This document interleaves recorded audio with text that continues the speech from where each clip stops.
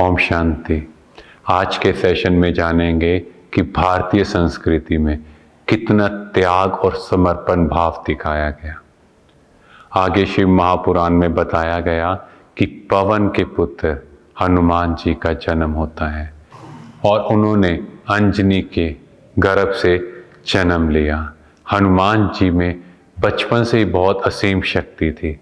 उनकी शक्ति को देखकर सभी को हैरानी होती थी, पर वो चंचल बुद्धि थे और वो मुनियों के यहाँ जाकर उन्हें तंग करते थे, जिस वजह से मुनियों ने क्रोध में आकर हनुमान जी को ये श्राप दिया कि आप इस शक्ति को भूल जाओ, जिस शक्ति के अहंकार की वजह से आप सबका बुरा कर रहे हो।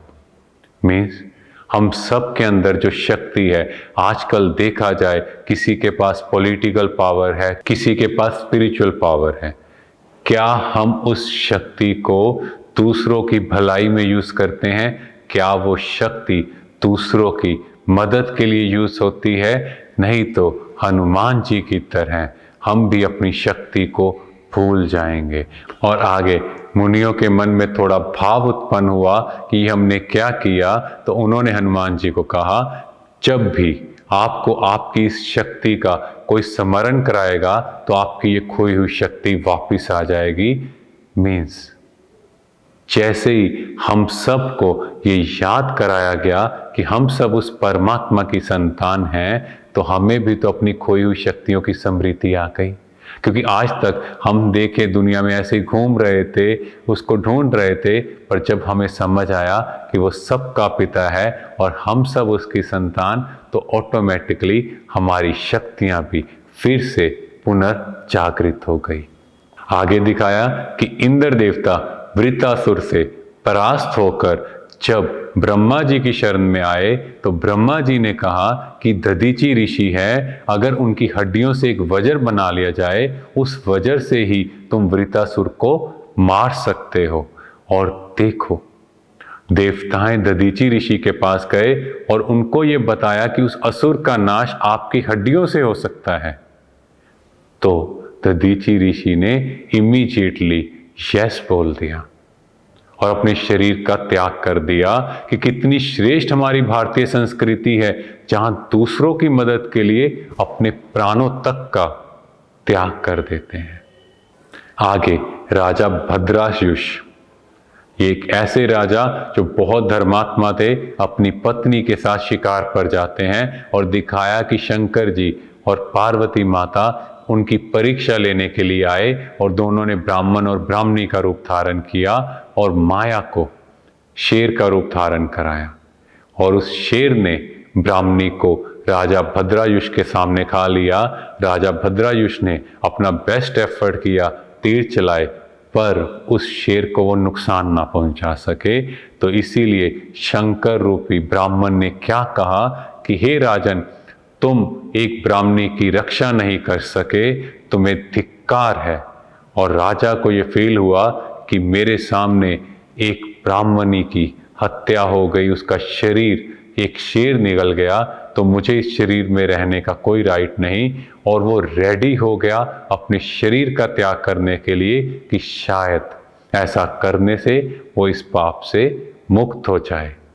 यहाँ से हमें बहुत इंपॉर्टेंट लेसन मिलता है कि लाइफ में सबसे बड़ी चीज़ है अपनी गलतियों को एक्सेप्ट करो। और प्रॉब्लम्स आती हैं, ये हमारी मेंटल स्ट्रेंथ को चेक करने के लिए आती हैं। और आगे धरत पर ये धर्म ना छोड़िए, मीन्स कुछ भी हो जाए अपने स्वधर्म को नहीं छोड़ना। हम सब का स्वधर्म है शांति।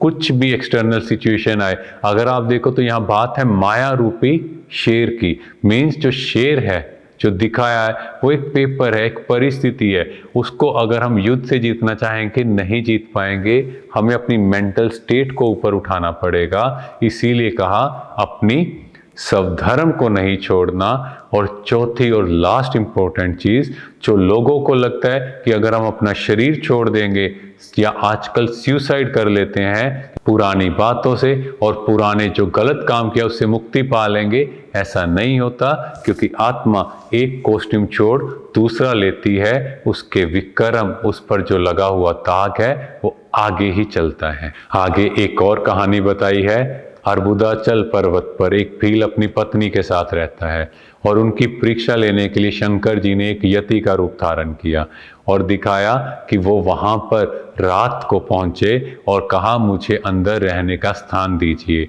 भील ने देखा कि अंदर सिर्फ 2 लोग रह सकते हैं, तो भील ने कहा कि हे यति आप अंदर ही रुकिए।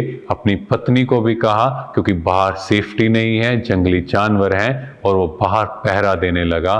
पर रात को कुछ शेरों ने उस पर अटैक किया, जिससे उसने अपना शरीर त्याग दिया। जब सुबह उठकर उसकी पत्नी ने देखा तो उसने कहा कि हम धन्य हैं जो अतिथि की रक्षा के लिए मेरे पति ने अपने प्राणों का त्याग किया और खुद भी सती होने के लिए तैयार हो गई। देखा जाए अतिथि देवो भव कि भारत की संस्कृति है, जो अतिथि आया वो कहते थे भगवान का रूप, भगवान का रूप नहीं है। मीन्स उसका वेलकम करना, उसका ध्यान रखना, ये हमारी ड्यूटी है, क्योंकि कोई भी आता है तो वो किस भाव से आता है। पर आजकल घर में कोई गेस्ट आए तो घर में प्रॉब्लम शुरू हो जाती हैं, आपस में लड़ाई झगड़े शुरू हो जाते हैं। और सेकंड, पतिव्रता धर्म का पालन कैसे करना चाहिए। देखो, उसके पति ने शरीर छोड़ा और उसकी याद में अपने आप को, अपनी देह को त्यागने तक के लिए तैयार हो गई।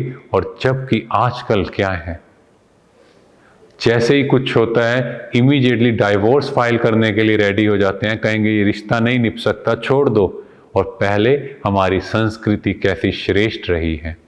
तो देखा हमने, हमारी भारतीय संस्कृति सदा ही देने की रही, दूसरों के प्रति समर्पण भाव की रही, और दूसरों के लिए चाहे अपने शरीर का त्याग भी करना पड़ा। इसीलिए भारत का गायन आज तक दुनिया में है। ओम शांति।